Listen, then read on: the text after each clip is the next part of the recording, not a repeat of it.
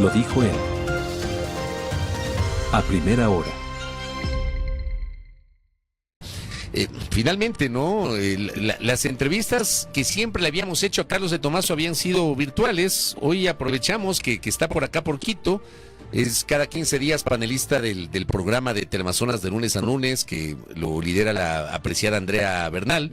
Así que le hemos dicho, doctor, acompáñenos antes de que se regrese al Manso, y está aquí en la cabina de A Primera Hora. Doctor, bienvenido, qué gusto. Muchas gracias, Fabricio, Andrea y todo el público. Un honor estar aquí. Como ustedes saben, yo soy amigo invisible de este programa. Lo sé. Siempre, todos los días lo escucho a la mañana, así que quería, hace mucho tiempo estábamos con esta idea de tratar de coordinar, poder venir personalmente. Así Gracias, que un gusto, de verdad. Gracias, doctor, por esa deferencia. Obviamente, Carlos siempre interactúa con quien les habla sobre las entrevistas y el comentario también sin rodeos.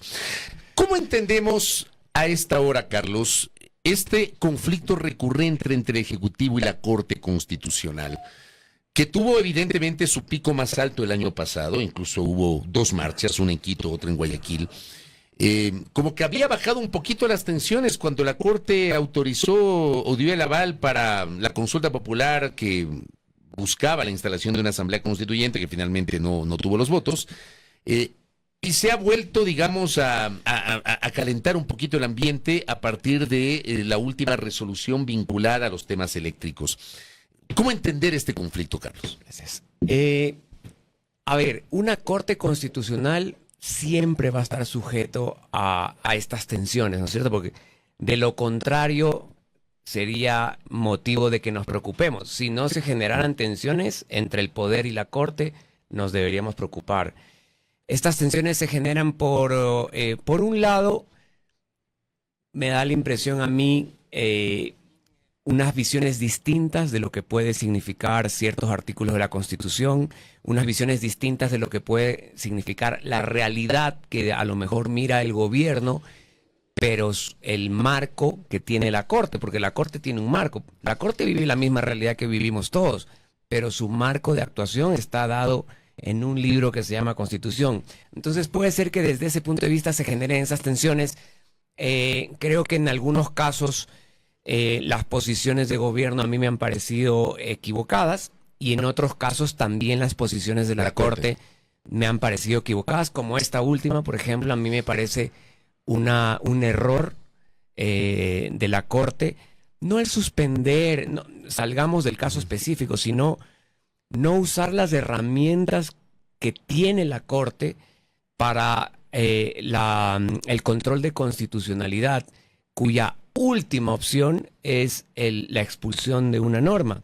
Y en ese contexto, ahí sí la Corte puede hacer uso de la visión de la realidad.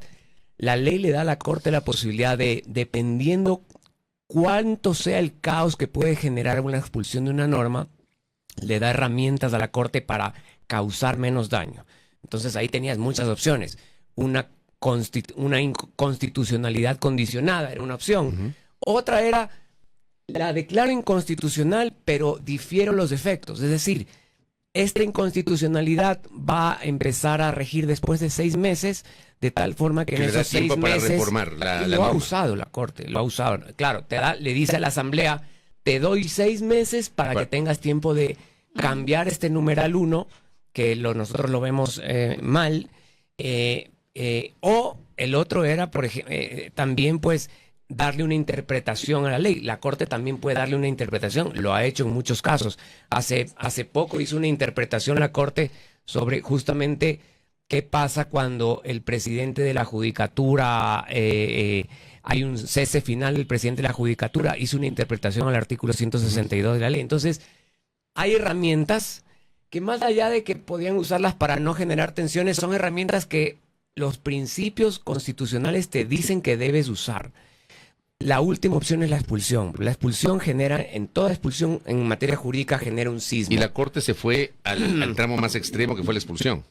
El tramo más extremo del ordenamiento jurídico de la norma. Y yo voy a agregarte algo más, diciendo que esto de el concepto de interés público es un concepto subjetivo, pero ese concepto de interés público es súper usado en el derecho administrativo. Es súper usado en muchos contextos. En el propio ejemplo del estado de excepción, se utiliza cuando hay conmoción. En ningún lado se pone qué significa conmoción. En el caso de la expropiación te dice cuando se requiere por utilidad pública. En ningún lado está definido qué es utilidad pública, sino que en cada caso que alguna autoridad utilice la palabra utilidad pública, la Corte puede medir a ver qué fundamento hiciste o pusiste para ver si es utilidad pública o no. Y en este caso, pues era más o menos así. Cada vez que las autoridades utilicen el concepto de interés público para delegar al sector privado proyectos eléctricos, la Corte puede, y si es que se activa, revisar a ver qué fundamentos pusiste para ver si está bien motivado o no. Recuerda tú, Fabricio, y Andrea, la propia Constitución establece que todo acto de los poderes públicos tiene que estar motivado. Y la jurisprudencia de la Corte ha puesto unos rangos súper fuertes de qué significa estar motivado. Es decir, que cuando alguien utilice el concepto de utilidad pública o interés general, va a tener que motivar ampliamente por qué es de interés general eso. Entonces, yo ahí, en este caso, discrepo con la Corte. No era necesario tal vez hacerlo tal y como la Corte Constitucional lo hizo en este momento, y lo digo porque hay muchos expertos, incluso hemos conversado con ellos aquí en la cabina, y nos dicen hay un riesgo de que, por ejemplo, haya estiaje en el Ecuador, podría venir problemas energéticos, etcétera, y con todo lo que hemos visto que ha ocurrido con el caso de Progen, con el caso de ATM, etcétera, no era necesario tal vez reducir esta palabra tan amplia de interés público en un tema tan álgido que tenemos ahora en el Ecuador. Es que es difícil reducirla, Andrea, porque si la Corte te dice, enumérame casos, ¿y qué pasa si el día de mañana no hay un caso y nos quedamos sin poder utilizar? El concepto de utilidad o interés público conlleva justamente que hay que priorizar el interés estatal, el interés de todos, frente a un interés particular o frente a una excepción, como en este caso. Yo no lo veo necesario. Para mí es importante en ese tipo de excepciones dejar abierta que en cada caso se presente la motivación correspondiente para ese efecto. O por último, como decíamos, y bien dices, estamos en un momento de estiaje, declara la inconstitucionalidad con efecto diferido y dile, Asamblea, en 6 meses presenta cambio. No es mucho, 6 meses, decirle a la Asamblea Nacional, y tal y como está la Asamblea Nacional. Es más o menos el marco que cuando... Es el tiempo que cuando tienes un proyecto ordinario, le iba a decir a André. Sí, no, y es el marco que la Corte ha usado. Cuando la Corte Claro, pero digamos en el timing ahora mismo, ¿no? Y con el tema del sistema eléctrico, entiendo que son los procesos, entiendo que, digamos, es lo que debería durar, ¿verdad? Sí, pero mientras cuando tú haces la inconstitucionalidad con efecto diferido, la norma sigue viva en esos 6 meses. Es decir, que vas a poder seguir usándola. Y al 6 meses, si la Asamblea no ha hecho se declara inconstitucional y se expulsa, y ahí sí te quedas frita, vamos a decirlo así.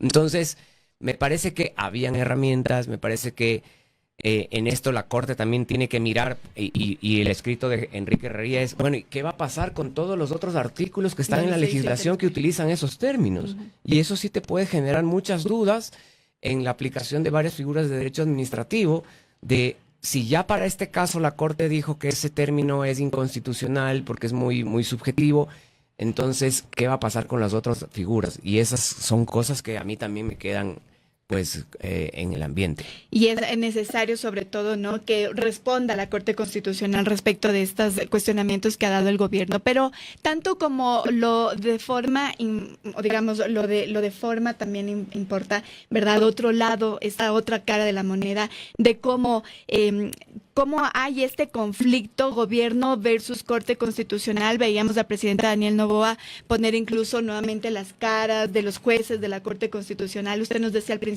Carlos, que había estado de acuerdo en algunas circunstancias con el gobierno, de acuerdo con la Corte y en desacuerdo con ambas partes. Sí, por ejemplo, también. En eso no estoy... ¿Qué opinas sobre aquello? Sí, no estoy de acuerdo en esa personalización, ¿no es cierto? Claro, les pone casi como prontuarios. No estoy de acuerdo con eso. De hecho, no sé si eso, en la última vez creo que sí fue en cuentas oficiales, la otra vez no fue en cuentas oficiales. Fueron en las pancartas, ¿no? El ser juez constitucional no es fácil. Y yo he conversado con los jueces muchas veces en eventos académicos.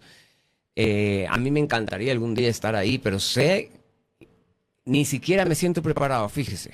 lo que le digo. Es tan complejo, de tanta especialidad, de tanta sabiduría, que no es fácil, por un lado, saber que existe una realidad, por otro lado, saber que existe un marco y cómo darle una moldura exacta a todo.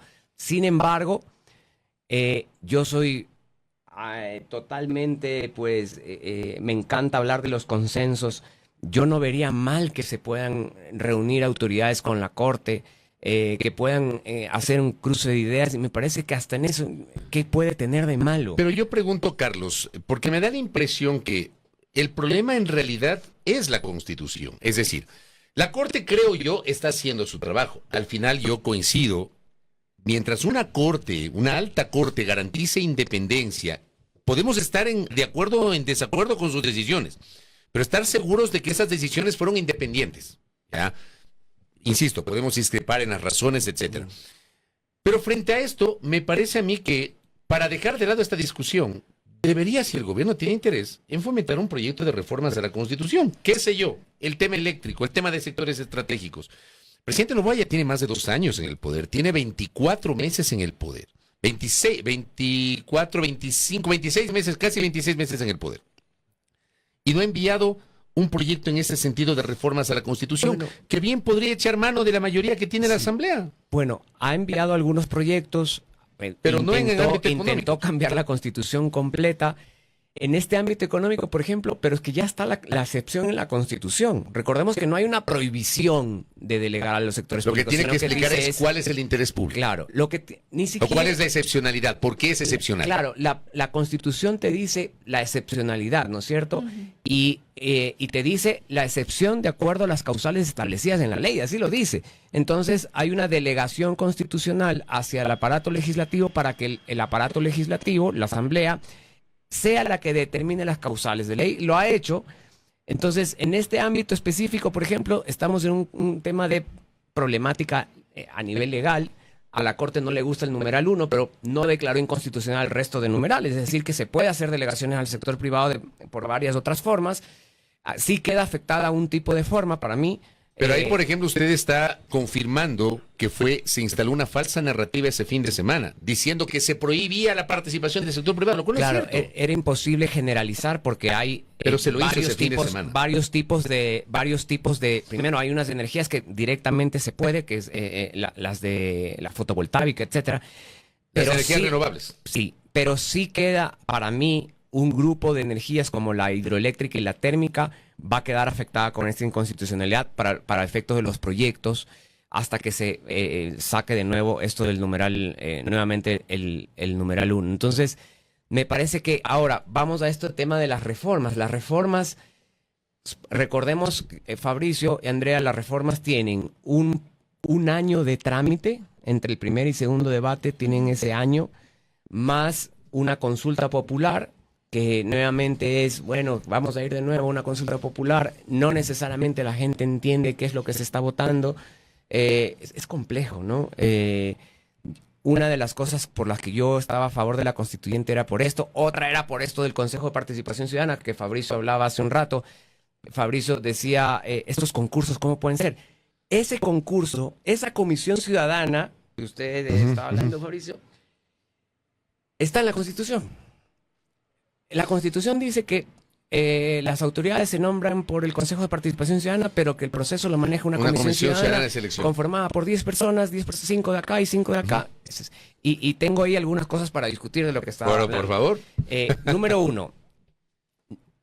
No significa que porque presentes acción de protección con medida cautelar aceptada la acción de protección, se frena el proceso, porque el juez tiene la obligación de analizar por separado el argumento de la medida cautelar y el argumento de la acción de protección. Pero el juez puede también suspender el proceso. Por supuesto, en la primera providencia el juez va a tomar la decisión si acepta o no el pedido de medida cautelar. Es decir, puede haber el escenario en el que acepto darle trámite a la acción de protección, pero no suspendo la medida cautelar. El tema es que si acepta la acción de protección y la medida cautelar, ahí queda. Absolutamente. A eso me refería. Y en primera providencia. Claro, a eso me refería. Ya. Entonces, eso... Ahí vamos a coincidir. No. Ahí no discrepamos, sino que coincidimos. Pero, y ahora volviendo a lo que decía Carlos, usted decía, entonces esto está en la Constitución, volviendo Sí. en verdad a la Comisión Ciudadana Sí. de Selección que hay en la... Pero no está en la Constitución, digamos, la manera en que se elija, o más bien, hay requisitos para la conformación de la Comisión Ciudadana que parecen ser muy utópicos a esta hora del día aquí en el Ecuador, ¿verdad? Pero que no se están cumpliendo. Es decir, hay unas reglas que debían también mirarse Sí, sobre la pero elección. Yo estoy de acuerdo. Pero fíjese ayer estuvo en el programa del día de lunes a lunes, uno de los comités cívicos, y él decía, no, es que los miembros sí cumplen los requisitos de la ley, pero no los requisitos del reglamento. Entonces yo me quedo pensando, bueno, hay que mirar cada carpeta. Luego, este comité cívico, Fabricio, que creo que usted acaba de anunciar que va a entrevistar el mañana o... El jueves, Bueno. sí, la veeduría. Bueno, la veeduría, ayer sí. le preguntan, oiga, usted que se llama Comité Cívico de Seguimiento del Proceso de la Fiscalía, en la etapa de impugnación ciudadana, dentro del proceso de selección, ¿impugnaron o no? No impugnamos, sino que nuestra labor es solamente dar a conocer. Si una veeduría no impugna, no presenta, porque hay, y lo mismo va a haber en el proceso de selección de fiscal, hay una fase del proceso que se llama impugnación ciudadana, justamente para que quienes crean que alguien no cumple los requisitos, presentar, porque es fácil decir no completar los requisitos. La gente del Consejo de Participación Ciudadana que le escuché dice, no, todos cumplen, todos acreditaron, por ejemplo, esto de haber participado en organizaciones sociales hasta con declaraciones juramentadas. Bueno, es como ir a ver cada caso, cada carpeta, pero la pregunta es, si no creen que no cumplieron, ¿por qué no presentaron esto? Y hay otra cosa, Fabricio, que también hay que ser justos. Yo me he leído ese reglamento, es una selva. El reglamento para designar fiscal. Qué barbaridad. Pero me voy a referir ahorita a la calificación, porque decimos, tienen baja calificación los estos, méritos. entonces eso nos da la apariencia de que es gente que, yo no conozco a nadie, por si acaso, pero nos da la apariencia de que es gente que no sabe nada. ¿Ya? Ahora, ¿qué dice el reglamento? Primero, no hay calificación mínima. Se sortea dentro de los 30 mejores calificados de las personas que se inscribieron, porque esto fue una inscripción pública. Y tienen que calificarse los méritos sobre 50 puntos, de acuerdo a las reglas de la autoridad que se va a designar, es decir, de acuerdo a las reglas de fiscal. Yo le puedo decir que yo leo toda la forma de calificación. Y, por ejemplo, alguien que es abogado y es doctor en Derecho Penal, tiene 20 puntos. Para mí ya esa persona es totalmente habilitada para estar en esa comisión. Una persona que tiene PhD en Derecho Penal, que de acuerdo a este reglamento solo tiene 20 puntos hasta ahí. Siendo PhD. Siendo PhD. Y supongamos que no acreditó nada más. No acreditó los libros, no acreditó en que ha trabajado, sino que simplemente acreditó su título de abogado y su PhD con 20 puntos. Si está dentro de los 30 mejores, va a estar en la comisión. ¿Significa que no sabe? No. Entonces yo creo que aquí hay algo que nos falta a todos, es muéstreme esas 10 personas que acreditaron. ¿Acreditaron un máster en Derecho Penal o en Gestión Pública? Porque este reglamento te permite, se llaman materias afines. Yo no sé qué tiene que ver la gestión pública con la fiscalía. ¿No? Yo puedo decir que el derecho constitucional algo tiene que ver. Pero fundamentalmente es penal, ¿no? Fundamentalmente es penal. Yo no soy penalista. Yo puedo cumplir casi todos los puntos.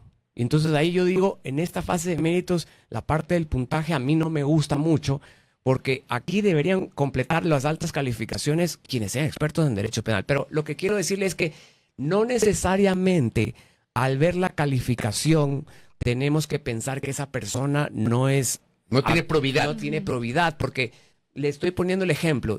Puede haber un PhD en Derecho Penal ahí que solo metió esos 2 cartoncitos, solo sacó 20 sobre 50, pero esa persona no está capacitada para hacer una evaluación. Pero entonces el problema es el reglamento. ¿El problema es el reglamento o el problema es por qué no nos muestran que acreditaron? Yo eso sí quisiera saber. Y eso debería ser el Consejo de Participación Ciudadana. Ciudadana. ¿Por qué no publican qué acreditó cada una de esas 10 personas que salieron seleccionadas para saber si acreditaron título? Es que es increíble, por ejemplo, Andrea y Fabricio, de los 20 puntos que te puedes obtener por títulos académicos, te dan 10 por ser abogado. O sea, la mitad, el título de abogado debería valer 0, ¿no? Cero, porque es como, Porque es elemental, pues. como la cédula para entrar aquí al edificio. O sea, eso debería ser... Bueno, entonces, todos estos me imagino que acreditaron su título de abogado. Y entonces, luego, el resto está en saber qué más acreditaron para nosotros poder saber y decirles, no estás capacitado, sí estás capacitado. Eso a mí me gustaría conocer. No lo he encontrado, porque yo lo hubiera querido encontrar. No he podido encontrar esa información para ser justos, porque a lo mejor estamos diciéndole a una persona PhD en Derecho Penal que no tiene la probidad, cuando en realidad tiene la probidad. Entonces, eso también es importante aclarar.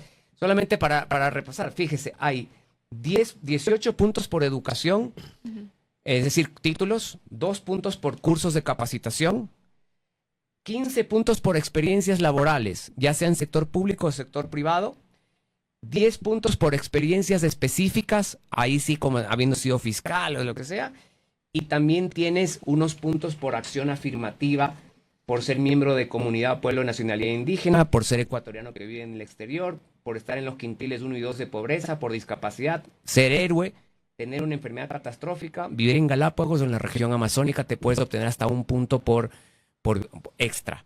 Entonces, esas son las cosas que tú podías haber acreditado para ser miembro de la Comisión Ciudadana. Dependiendo qué presentaste de todo esto, tienes esa calificación.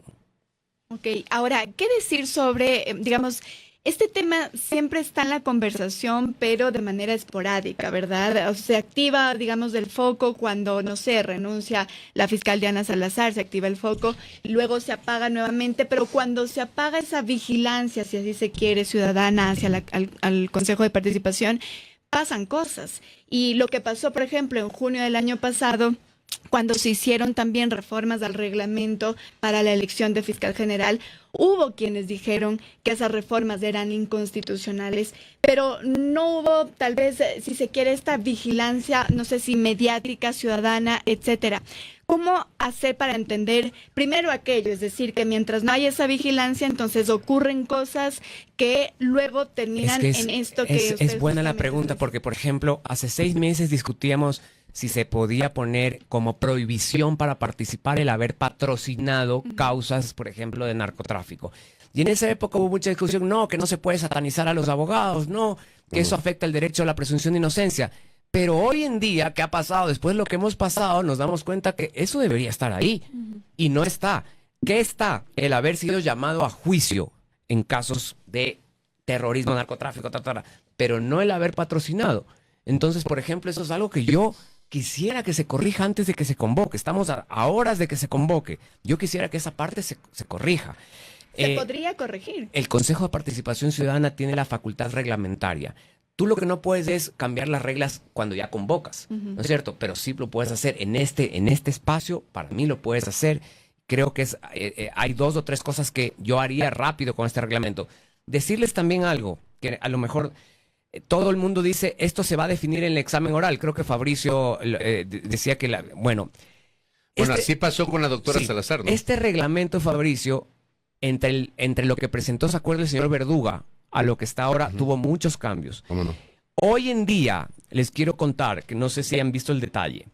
El examen oral que vale 30 puntos, escrito vale 30 puntos y el oral 20 puntos. Esos exámenes...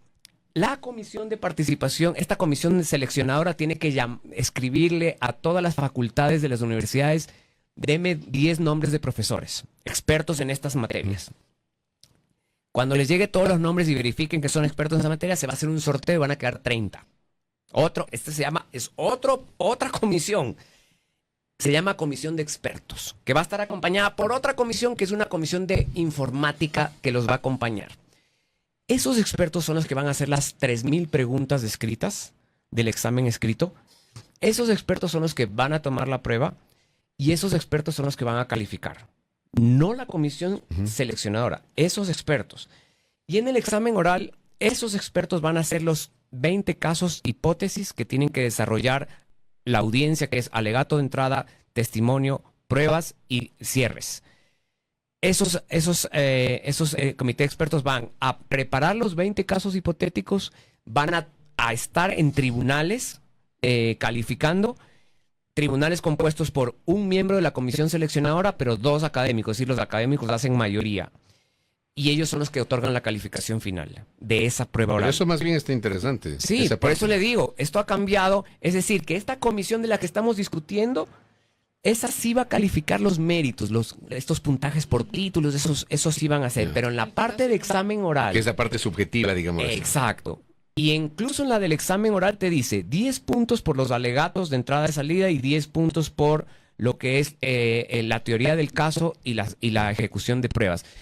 Calificar. Entonces, de alguna manera yo me siento en esa segunda parte, ojalá O participen sea, los como lo he académicos, explicado, creo que puede generar Sí. expectativa esa parte. puede generar buena expectativa esa segunda parte. Sí, me parece interesante porque, claro, yo recordaba, en cambio, el famoso examen oral del año 2019, No. donde estuvieron los 7 consejeros No. del Consejo Transitorio Y he y visto algunos Yo que siempre yo cuestiono le llamo esa que esa fase en algunos concursos era el ascensor nuclear, que de repente había uno que uf. claro, Bueno, por la subjetividad. ahora otra cosa que es importante también decir es, ayer yo lo decía en el programa, estamos en una disyuntiva tremenda entre un concurso imperfecto, porque no es perfecto, y un fiscal subrogante del subrogante. Ujú. Entonces, ¿para dónde vamos? Y yo soy de la idea hoy en día de no puede este país en estas circunstancias tener un subrogante, el subrogante que no tiene esa legitimidad de haber sido nombrado por un proceso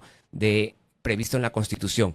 Desde mi óptica hay que ir para adelante. Esto se pudo haber evitado con tiempo. Y ojo, usted dice algo con tiempo. Ayer me topé con alguien de la Procuraduría. Fíjese, me dicen, a lo mejor por confirmar, me decían, no, en noviembre acaba el periodo del procurador.